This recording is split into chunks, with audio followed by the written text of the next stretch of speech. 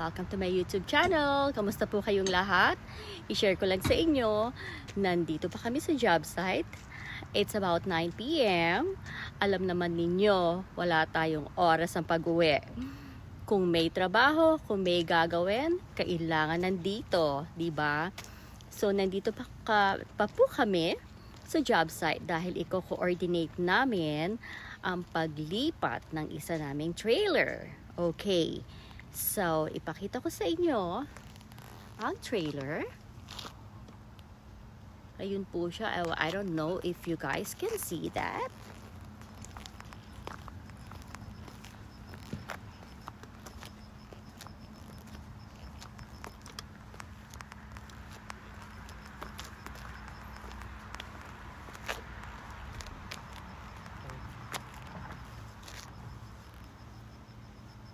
So, ayun po siya. We just need to coordinate, move the trailer to another location po. Okay, so, hopefully, we'll be able to finish this soon. At, nandito, iikot ko kayo. Medyo madilim na nga lang dito. Pero, syempre, kailangan nandito kami. Diba? Ganun talaga eh. Pag may trabaho at pag ikaw ang boss, ganun eh. Pag ikaw ang boss, walang oras ng pag-uwi. Okay? Hindi kailangan umuwi ng 6, kailangan umuwi ng 5 o'clock. Ganun lang po yun eh. Kasi syempre importante sa atin ang ating ginagawa at that's one way of taking care of our client. Ganun po. So, ayun po. Napakalaki po nitong job site na to. At, sana iikot ko kayo pero medyo madilim na rin eh. Okay? So, yun lang. Pinakita ko lang sa inyo na nandito pa kami hanggang ngayon.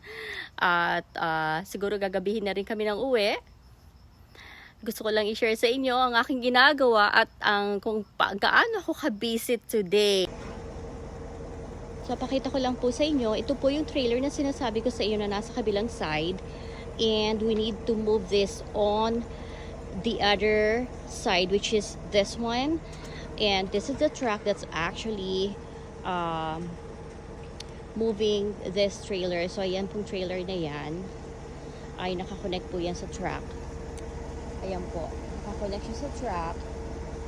At this is a trailer for the security.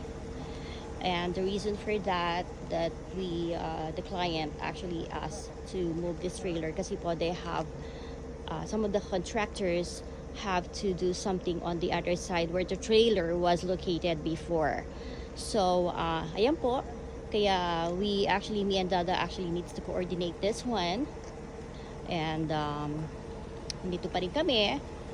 Hopefully, we'll be able to,